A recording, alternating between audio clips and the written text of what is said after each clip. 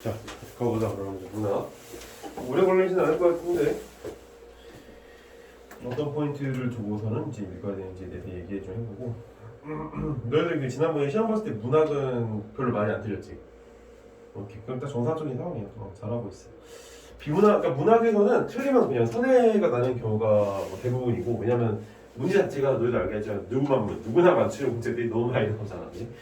그리고 비문학에서 이렇게 많이 맞춰줘야 좋은 점수를 얻을 수가 있겠지. 그러니까 문학은 항상 깔아주고 간다, 약간 이런 느낌으로. 근데 이제 고전 시가를 어려워하는 케이스들이 좀 많긴 하지, 그지? 네. 이제는 조금 옛날하고 다르지 않아? 그래서 고전 시가 보는 느낌이? 네. 선생님이 매일 수업 시간에 이제 얘기를 해주잖아. 고전 시간 어떻다? 되게 뻔하다, 그지? 나오는 주제가. 너희도 공감할 거야. 내가 억지 부리는 게 아니라는 거야.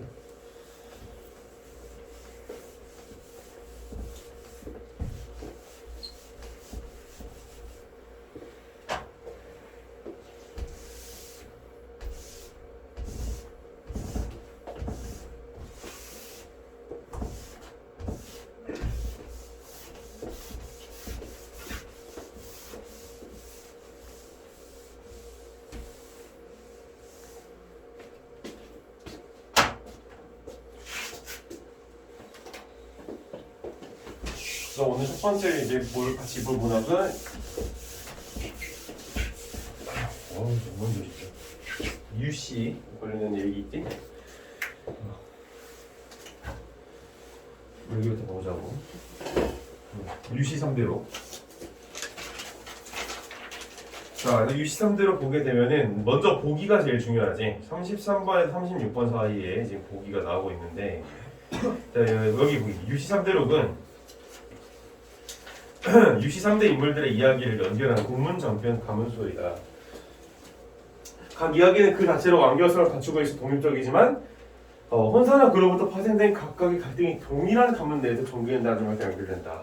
그러니까 이야기는 서로 독립되어 있는데 그게 동일한 가문 속에서 일어난다는 측면에서 서로 이렇게 연결될 수 있다 이거야. 그래서 이러한 갈등은 가법이나 인물의 성격에서 유발된다. 가법, 인물의 성격, 이게 중요한 포인트죠. 우리가 보기를 읽었을 때 제일 중요한 건 컨스트럭티브라는 건데, 일단 첫 번째가 독립된 이야기라는 측면과,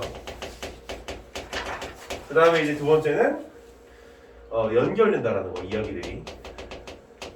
그리고 여기에서 갈등이 나타나는 거는 가법. 가법의 문제가 가풍 같은 거지, 가풍. 집안의 전통 같은 거, 그리고 인물의 성격이래. 그래서 가문의 구성원들은 혼사를 둘러싼 갈등이 가문의 안정과 번영을 저해한다고 여기에 가문 차원에서 이제 해결한다는 거야. 그래서 혼사 갈등을 해결하는 거지. 가문 차원에서.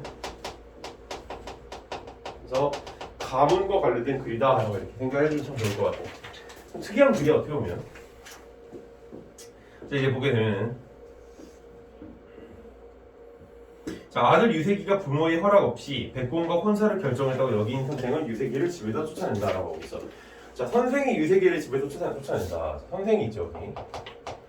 그리고 그 선생의 아들이 누구인가? 유세기가 되는 거지. 그래서 백공과 혼사를 결정했대. 그러니까 백공은 유세기가 혼인을 하려고 하는 딸의 아버지겠지. 뭐 아버지가 아닐 수도 있겠지만 대체적으로 이제 유교적인 글이기 때문에 아버지를 확률이 높을 거야. 자, 백공이 뭐야?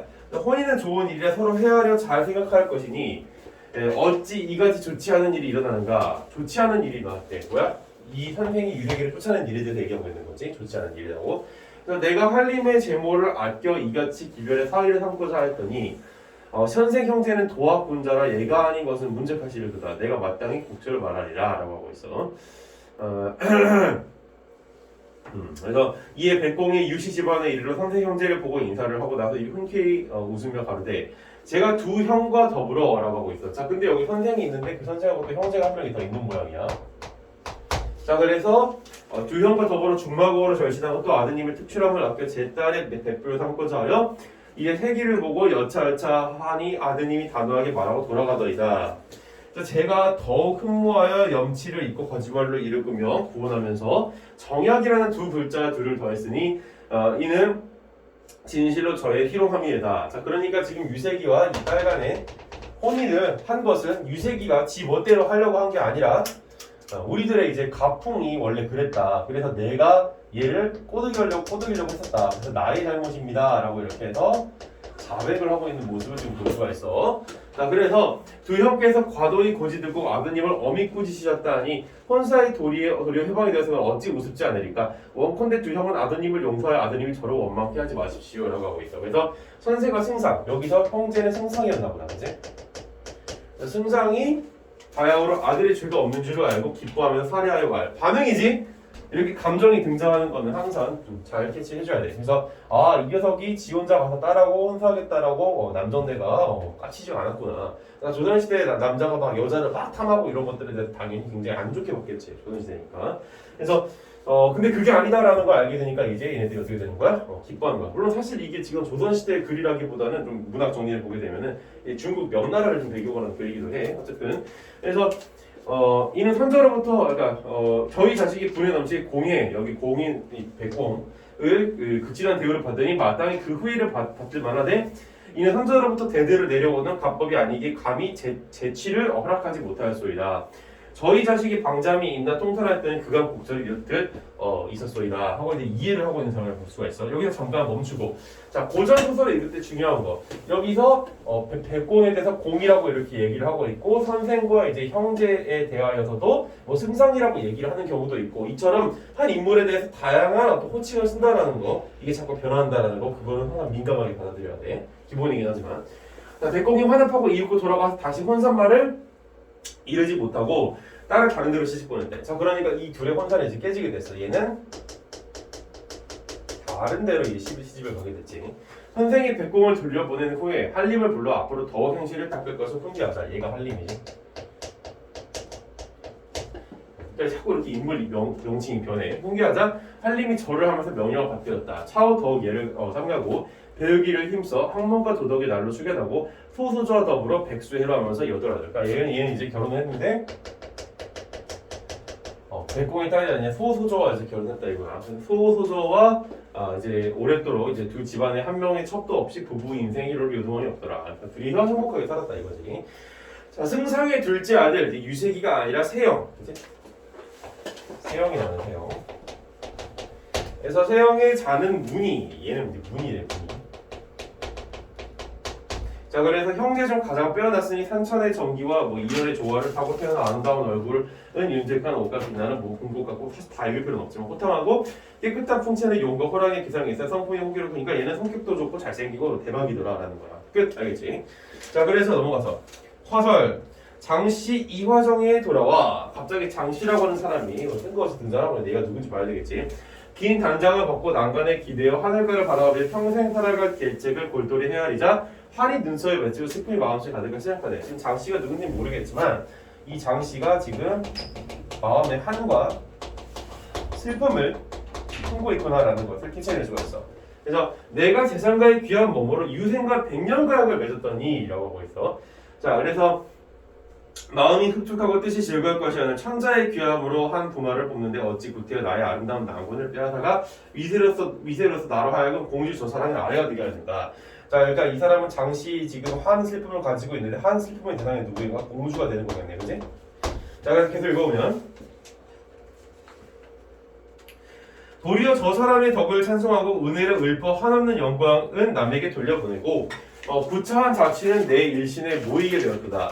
우주 사인을 우러러 바라보거니 하려니와 나와 공주의 현격함은 하늘과 땅 같도다. 얘는 하늘 같고 얘는 나는 땅 같다. 자, 그래서 나의 재주와 용모가 저 사람과 떨어지는 것이 없고 먼저 혼인 예물까지 받아내 이처럼 남의 천대를 감심할 줄 어찌 알리오. 천대를 받나 봐가. 공주가 덕을 베풀수록 나의 몸에 빛이 나지. 그러니까 공주가 나쁜 사람은 아닌 것 같아, 그지? 덕을 베푼데. 그래서 나의 몸에 빛이 나지 않으니 제 짐짓 능활하여 아버니 어머니나 신의를 제 편으로 끌어들인다면 낭군의 마음은 이를 쫓아 완전히 달라지세요. 낭군이 있지, 낭군. 결혼을 한 것 같아. 근데 얘가 유생이고.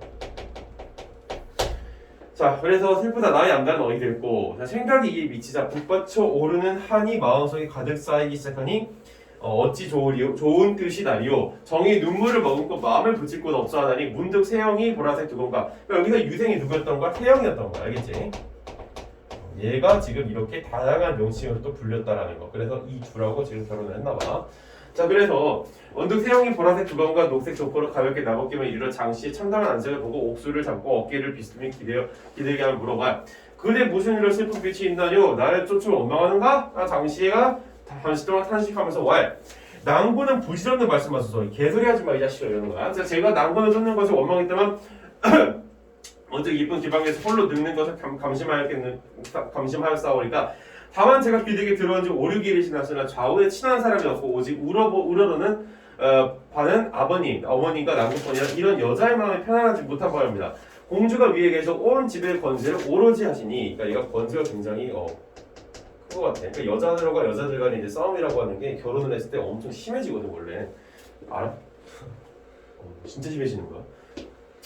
나중에 너희들이 나이가 안 들면 안 돼. 어쨌든 그래서 공주가 위에 계셔 온 집의 권세를 오로지 하시니 그 위와 덕택이 졸아하고 변변찮은 대주를 가진 하줄이 머리씨나 채워 우물 속에서 하늘을 바라보는 것 같게 만드옵느니라. 그러니까 자기가 우물에 있는 것 같다, 땅에 있는 것 같다 하면서 굉장히 자주하고 있는 모습을 볼 수가 있어.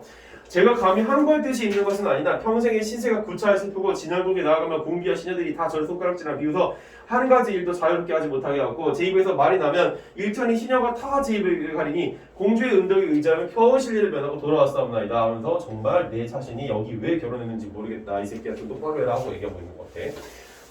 신세한탄을 남편한테. 자, 부마가 바야흐를 장씨의 외로움을 가려나게 여기고 부마 또 세영이지. 아까도 얘기했지만 계속 한 인물에 대한 명칭이 바뀌어. 그래서 이제 공감을 한 거야. 공주의 위세가 장씨를 어느는 것을 좋지 않게 여기고 있다가 장씨의 이렇듯 애원한 모습을 보자 크게 불쾌하여 장씨를 위한 애정이 샘솟는 듯할 때 장씨 존나 불쌍해 하면서 이제 애정이 샘솟는 동정하는 건가? 네, 애정이 샘솟았지. 자 그래서 은근하고 감격하게 장씨를 위하여 그 절기와 외로움을 감당할 이나보다 발자취가 이화정을 떠나지 않았대. 그러니까 장씨가 머무르고 있는 곳이지. 이화정을 떠나지 않았고 열리지와 같은 신혼의 정은 양왕의 꿈을 빠지도 어지럽고 나천의 마음이 취한 듯 기쁘고 즐거워 바라던 바를 다루는 듯한 마음을 하나에 비할 수가 없더라. 그러니까 원래 굉장히 슬프고 한이 많았지만 이후에 태영이 유래해주니까 어떻게 된 거야? 기뻐졌다 이거지. 오케이. 자, 근데 아까 내가 세영이 얘를 둘하고 다 결혼했다고 얘기했잖아. 근데 이제 공주가 이제 얘랑 결혼했는지는 아직 사실 확인이 제대로 안 되는 상황인 것 같아. 자, 30번. 이같이 좋은 일에 대한 이해를 적절하지 않는 것은 이제 무엇인가? 자, 이같이 좋은 일. 자, 이같이 좋은 일은 여기서 뭘 나타내는 거야? 결혼한 일이지. 그러니까 얘네들이 결혼을 이제 가약을 한 일이지. 집안과 약속을 했다 이렇게 보는 거. 근데 이거에 대한 이해가 적절하지 않아. 이거 백공의 거짓말 때문에 일어난 일이다. 어때? 맞는 얘기지, 그지? 백공이 아까 희롱하는 나이다고 자백을 해버렸어. 자, 이거 백공이 한림을 공경에 처한 일이다. 그지? 한림이 누구였어? 유색이었지. 그래서 한림이라고 하는 표시가 이렇게 선택지에 등장하는 거 볼 거야. 그럼 얘가 유색인지를 바로 알 수가 있어야 돼. 기본이야. 맞는 얘기지. 한번. 선생과 승상 얘는 둘이지. 사이의 의견, 그러니까 승상이 뭐야? 선생하고 형제지, 형제. 그러니까 이런 거 캐치해낼 수 있어야 돼. 계속 인물의 명칭이 바뀌어. 자, 그래서 의견 대립이 심화된 일이다. 그런데 개소리지. 3번이 정답이네. 4번 한림이 선생과 한림 누구야? 유색이가 선생과 선생이 누구? 얘 아버지와 승상으로부터 꾸지람을 당한 일이다. 맞는 얘기지. 자, 5번. 그러니까 오해를 했으니까 5번 백공이 한림을 백공 이 사람이 한림을 자신의 딸과 혼인시키려는 일이다. 당연한 얘기지. 정답은 3번. 쉽지 이거는. 그래서 인물들의 명칭이 바뀌는 것만 확인을 했다면 어렵지 않게 볼 수 있었을 거고. 자, 그 다음에 위에 34번 A와 B에 대한 설명을 적절하지 않은 것은. 자, A와 B를 한번 좀 보게 되면은 여기 아까 전에 A는 뭘 얘기하고 있었어? 장씨가 혼잣말을 한 게 A야. 내 신세 존나 짜증난다. 이렇게. 근데 이제 B는 뭐야? 혼잣말이 아니라 세영, 그러니까 이 유생하고의 대화지. 이 두 가지를 놓고 생각하면 돼. 자, A와 B는 모두 과거 사건에 대한 정보를 제공하고 있다. 맞는 얘기지. 왜? 아까 A에서는 뭐에 대한 얘기를 했었어? 구체적으로 디테일한 근거를 찾아가 보자면 여기에서 위에서 내가 아까 전에 먼저 혼인 예물까지 받고 막 결혼을 먼저 했다. 거거 사실에 대한 팩트를 얘기해주고 있지. 알겠어? 자, 그 다음에 이제 B는 어떻게 돼? B 같은 경우에는 여기에서 또 팩트가 여기 뒤에서 다른 사람들이 나 존나 비웃는다 이런 거. 알겠어? 네. 과거 사실에 대한 정보를 제공을 지금 하고 있어. 자, 그래서 이거 A 1번에 맞는 얘기가 되는 거고 2번 A와 B는 모두 비유적 진실을 통해 맞지? 왜? 아까 A에서 뭐라 그랬었어? 얘는 나는 땅이고 얘는 하늘 같다. 알겠어? 그리고 또 B에서 뭐라 그랬어? 내가 우물과 같다. 이런 비유들을 했었어. 기억나? 그래서 2번도 맞는 얘기야. 3번 A는 B와 달리 타인에 대한 자신의 연망을 의문형 표현을 활용하여 드러내고 있다.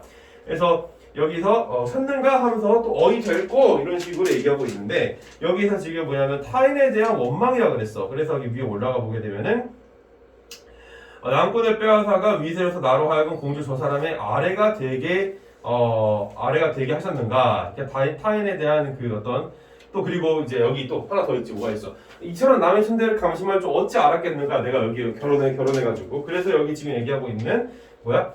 타인에 대한 자신의 원망 의문의 표현을 드러내고 있다. 맞지? 일단 A는. 자, B는 어때? B 같은 경우에 의문형 표현이 나오나?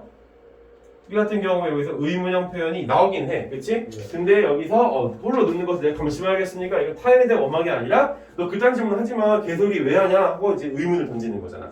알겠어? 그러니까 여기서 3번도 맞는 얘기가 되는 거지. 오케이? 네. 그러니까 달리라고 하는 게 맞잖아. 4번 B는 A와 달리 대화 상대의 환심을 사기 위해 자신의 우월한 지위를 드러내고 있다 그랬는데 이건 누가 봐도 개소리다. 그지? 어떻게 자신의 우월한 지위를 드러내? 자기 남편인데. 자, 그 다음에 5번 A는 앞으로의 일을 추정하는 B는 지난 일을 토로하는 방식을 자신의 우려를 제시하고 있다. 맞는 얘기지. 네. 자, A 같은 경우에는 지금 앞으로의 일을 추정하고 있어. 그러니까 나의 앞날은 어디 될거 물어보고 있잖아. 그리고 B 같은 경우에는 이 지난 일을 토로하는 방식 누구든지 다 기억할 것 같지만 남편한테 이제 막 화내는 거지 지난달에다가. 그래서 짜증났다 나 막 비난하고 이러니까 이런 얘기를 하고 있으니까. 자, 그 다음에 넘어가서 35번 장치를 중심으로 기억과 니은을 이해하는 공간을 주다라는 것은 자 기억 같은 경우는 위에서 나왔던 거지. 여기 위에서 이화정이지. 그러니까 장씨가 A 혼잣말하는 이화정을 얘기하는 거야. 오케이? 자, 근데 이후에 니은의 이화정은 뭐야? 서로 대화를 나누고 자신의 심경을 위로받는 이화정이 되는 거지. 알겠어? 누구에 의해서? 유생에 의해서. 자, 그래서 이제 여기 보게 되면 35번. 자, 기억은 상호를 연마하는 공간, 개해설이. 기억은 불신을 드러내는 공간. 불신하고 좀 관계가 없지 않냐? 그렇지? 불신이라고 하는 것은 상대방에 대한 의심을 하는 거니까. 근데 뭐 얘가 지금 누굴 의심한다기보다는 뭐 이렇게 굉장히 신세한탄을 하는 거니까 의심은 좀 아닌 것 같고. 한탄 맞지? 네. 자, 기억 계책을 꾸미는 정도의 그런 머리가 있는 사람이었으면은 공자들이 당하잖아, 그렇지? 자, 5번. 기억은 서두 시비를 따지는 공간, 시비를 그러니까 누가 옳고 그름을 따지는 건 아닌 것 같아. 니은 덕행을 따는 건 아니고, 니은 조소를 당하는 건 아니고, 애정을 확인하는 건 맞지? 3번 좀 받으려, 그렇지? 쉽다 이거는 거지, 어렵지 않게. 자, 니은은 외로움을 인내하는 공간이다. 외로움을 인내하는 게 아니라 이제 오히려 위로를 받았어. 니은은 오해를 해소하는 공간이다. 오해를 해소하지 않았어. 오해라고 생각할 수도 있겠지. 왜냐면 이제 유생에 대한 오해다. 근데 오해는 아니야. 얘네들 오해 없어. 자, 36번 마지막이지. 36번 이제 보게 되면은. 그러니까 보기는 컨스트럭팅을 다 했고 이 디테일링을 들어가면 1번 유색의 이야기와 유세형 이야기를 보니 이 자식과 이 자식을 보니 각각의 갈등이 한 가문의 혼사를 중심으로 발생한다는 점에서 두 이야기가 서로 연결되어 있으면 알 수 있겠고 당연히 맞는 얘기지. 자, 2번 유색의 혼사 문제에서 선생과 생상이 관여한 것을 보니 혼사를 둘러서 갈등에게 감무선대 문제를 다루지만 알 수 있고 당연한 얘기. 3번 유세이가 혼사와 관련된 곤욕을 치는 것과 유성이 공주를 멀리한 것을 보니 갑법과 인물의 성격 간의 대립의 갈등이 어린임을 알 수 있겠군이라고 이렇게 얘기하고 있어. 자, 근데 여기서는 인물의 성격 간의 대립, 갑법에 대한 얘기 이렇게 얘기를 지금 하고 있는데 어때? 갑법과 이제 인물 성격 간의 대립의 갈등이 원인이야? 유색이는 아니죠. 유세이 같은 경우에는 지금 오히려 어떻게 되는 경우야? 오해를 사게 된 거지, 맞지? 네. 그래서 이 같은 경우 인물의 성격 간의 대립이 아니라 유색이 너 왜 네 맘대로 딸과 결혼하려고 그래? 그러니까 이게 잘못된 얘기. 자, 백공이 유색이를 사위 삼으려는 것과 천자가 유세형을 도마 삼은 것을 보니 혼사가 혼인 당사자 개인의 문제에 그치지 않으면 알 수 있겠군. 당연한 얘기. 자, 5번 유세이가 평생 첩을 들지 않고 스스로 해냈다는 것을 보니 유세기를 전사 혼사가 되게 스스로 이야기 하나가 마무리가 안 되겠다. 어려우지 않아. 그러니까 문학은 이런 식으로 웬만하면 다 맞출 수 있는 문제들이 많이 나온다는 걸 역시나 더 확인할 수가 있었고. 자, 오늘 마지막이지. 윤동주 바람이 불어와 김기태의 새 보고 이제 2023년도 수능을 마무리해보자. 자, 그래서 이거 먼저 역시 보기를 먼저 읽어야 되겠지. 그래서 보게 되면은 43번부터 45번까지 나를 감상한 내용 말고 먼저 가에 대한 얘기를 먼저 봐야 되겠지. 그래서 근데 여기 보면은 가에 대한 보기가 따로 없지, 그지? 네. 다음은 제시된 선생님의 안내에 따라 기억에서 명령. 이거라도 한번 읽어보자. 자, 공기와 바람은 눈에 보이지 않지만 사물의 움직임을 통해 지각되기도 하고 계속 움직이며 대상에 영향을 주기도 한다라고 얘기하고 있어. 그래서 이런 특성이 시에 어떻게 활용되는지를 알아보자. 대충 뭐 그런 읽으면 될 것 같고 넘어가서. 자, 다 지우고 온대. 너무 지저분하니까.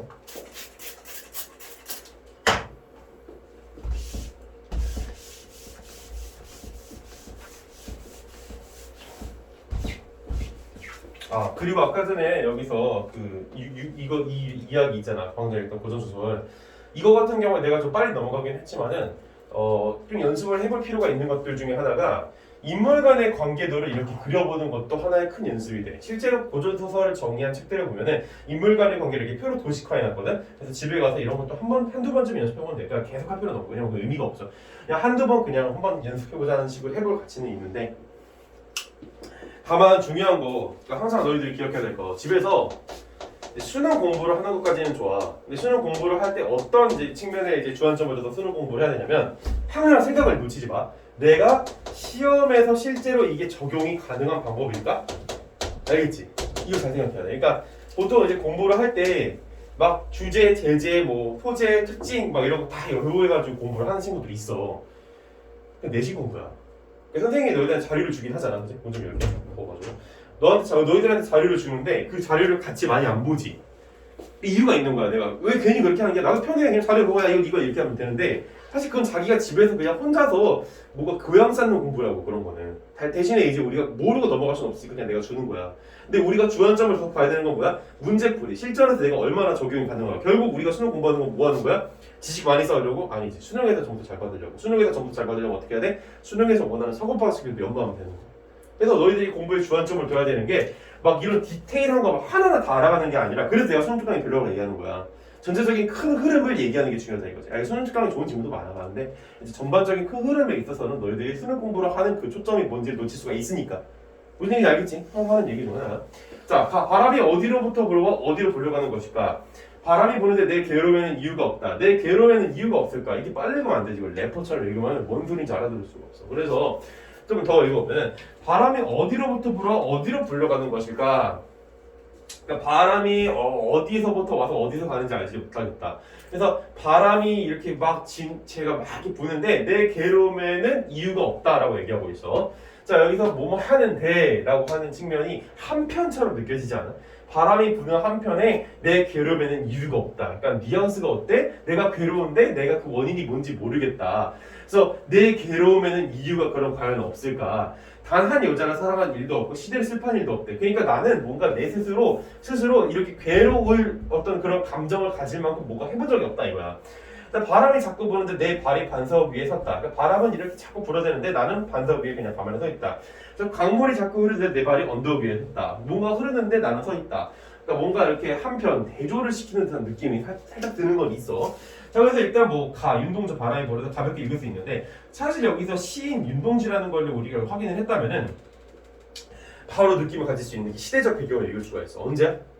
일제강점기지. 일제강점기 속에서 현실에 참여하지 못하는 자신에 대한 어떤 그 안타까움을 이야기하고 있는 느낌이 확 들 수가 있어야 돼. 그런 식으로 다시 읽어본다 그러면 바람이 어디로부터 어디로 불려가는 것일까? 쟤는 뭐가 이렇게 열심히 사느니가. 근데 나는 괴롭다. 나 왜 괴롭느냐 도대체. 나 이렇게 노력한 적도 없는데. 그리고 바람 자꾸 쟤는 뭔가 이렇게 왔다 갔다 하는데 나는 가만히 있다. 또 강물이 자꾸 흐르는데 강물도 자꾸 뭔가를 하는데 난 가만히 있다. 자주 하고 있는 느낌이 들지. 그래서 이렇게 읽을 수도 있다라는 거야. 물론 이건 상황에 따라 달릴 수 있겠지만. 자, 그래서 먼저 이거 해당되는 문제 43번을 지금 보게 되면은 자, 1번 불려가는 이라는 피동 표현을 통해 자신이 처한 현실에 순응하려는 화자의 태도를 강조하고 있다. 아니지. 순응하려고 했다면 자조하는 이런 뉘앙스 드러나지 않았을 거라는 거야. 말도 안 되는 소리야. 2번 이유가 없을까라는 물음의 형식으로 화자의 정신적 고통에 타당한 이유가 없음을 단정하고 있다 그랬는데 되게 위험한 진술이 나왔어. 수능에서 뭐가 단정하고 있다 이런 얘기는 조심해야 돼. 아니지. 네. 타당한 이유가 없음을 단정하고 있다. 아니야. 그러니까 찾아보면 타당한 이유가 있을지도 모르겠다라는 의구심을 가지고선 계속 자신을 성찰한 거라고. 이해돼? 안 돼?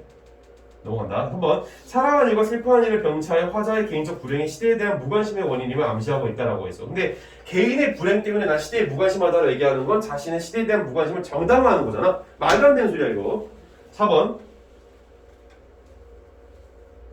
없다의 반복을 활용하여 자신의 삶과 내면을 응시하는 화자의 반성tuk 자세를 들고 있다. 반성tuk 자세만 봐도 너무 키워드가 크지. 4번에 본다면. 그러니까 누구나 맞추는 문제가 이게 계속 나온다고. 그래서 몇 번 얘기한 것 같기도 하지만 시험을 볼 때 항상 뭘 먼저 하는 게 좋긴 해. 문학을 먼저 하는 게 좋은 점이 있기는 한데 내가 추천하는 건 문학, 비문학 왔다 갔다 하는 얘기를 좀 많이 추천을 해줘. 그러니까 왜 그러냐면 사고방식의 전환이라는 게 필요한데 우리가 비문학을 그러니까 문학을 다 끝내고 비문학만 한다고 쳐봐. 근데 문학을 쫙 있는 건 좋아. 문학은 이게 뭐 크게 뭐 틀릴 게 없으니까. 근데 비문학으로 넘어갔을 때 계속 비문학 이렇게 되면 어떻게 돼? 비문학을 읽을 때는 사고방식의 전환이 빨리빨리 돼야 되거든. 근데 하나의 틀만 가지고 이 모든 부분을 다 읽어버리는 우를 범해. 예를 들어 내가 여기서 사회과학 지문을 읽었다. 그럼 사회과학 지문을 읽는 태도로 또 과학을 접근하려고 그래. 또 이 사회과학 지문을 읽는 태도로 법 지문을 적용하려고 해. 근데 이거 법 지문, 사회과학 지문, 그다음에 뭐 정치 지문, 뭐 이런 과학 지문 이런 것들은 서로 성격이 다 달라.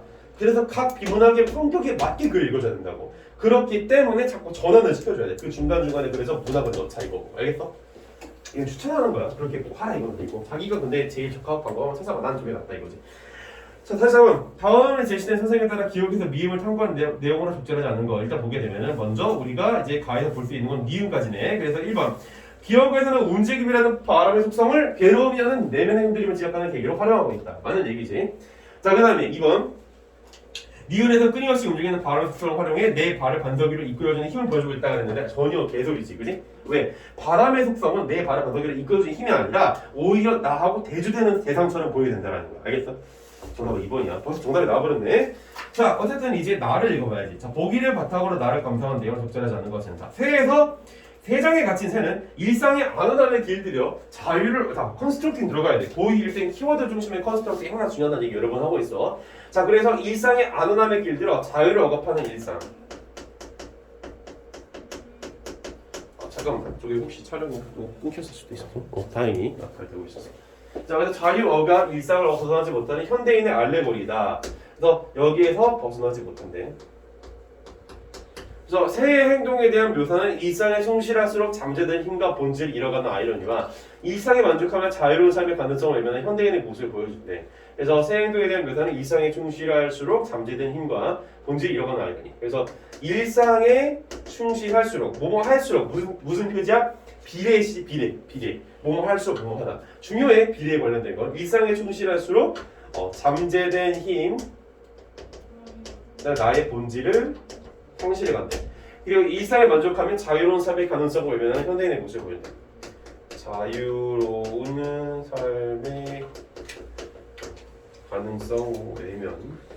자, 이거 1번이 아니라 이제 나를 봐야지. 자, 보게 되면은 자, 새는 회장 밖으로 나가지 못한다. 매번 머리를 부딪히고 날개를 상하고 날 보이는 창살 사이의 간격보다 큰 몸뚱아리. 자, 하늘과 산이 보이고 울음실은 공기가 자유로이 드나드는 그러다 살랑거리며 날개를 굳게 다리에 매달아두는 그 적당한 간격은 슬프다. 그러니까 이 조그만 공간 속에 공기도 자유롭게 왔다 갔다 하고 있는데 이 새는 묶여있다 이거지. 자, 그래서 디귿을 보게 되면 44번에 자유롭게 창살 사이를 이동하는 공기의 속성을 새가 처한 상황을 부합하는 데 활용하고 있다. 그치? 대조가 되기 때문에 그런 거야. 자, 그 다음에 이제 넘어가서 그 창살의 간격보다 넓은 몸은 슬프다. 그래서 넓게 힘차게 뻗을 날개가 있고 날개를 힘과 떠받쳐줄 공기가 있지만 새는 다만 네 발 달린 짐승처럼 걷는다. 그러니까 공기가 있음에도 네 발 달린 짐승처럼 걷는다. 4번 보게 되면 리을에는 날개를 힘과 떠받치는 공기 속성을 활용해 새의 날개가 공기의 힘을 이용할 수 있음을 암시하고 있다. 그치? 그래야 새가 그걸 이용하지 않고 있는 아니란 모습을 드러낼 수가 있으니까. 자, 그리고 나서 부지런히 걸어 다리가 붉어지고 튼튼해져서 닭처럼 날개가 귀찮아질 때까지 걷는다. 뭐 하고 있는 거야? 아까 보기를 좀 잠깐만 다시 한번 떠올려보면 일상에 충실해서 자신이 날 수 있는 본질을 잃어버린 그런 상황을 볼 수가 있는 거죠. 알겠어?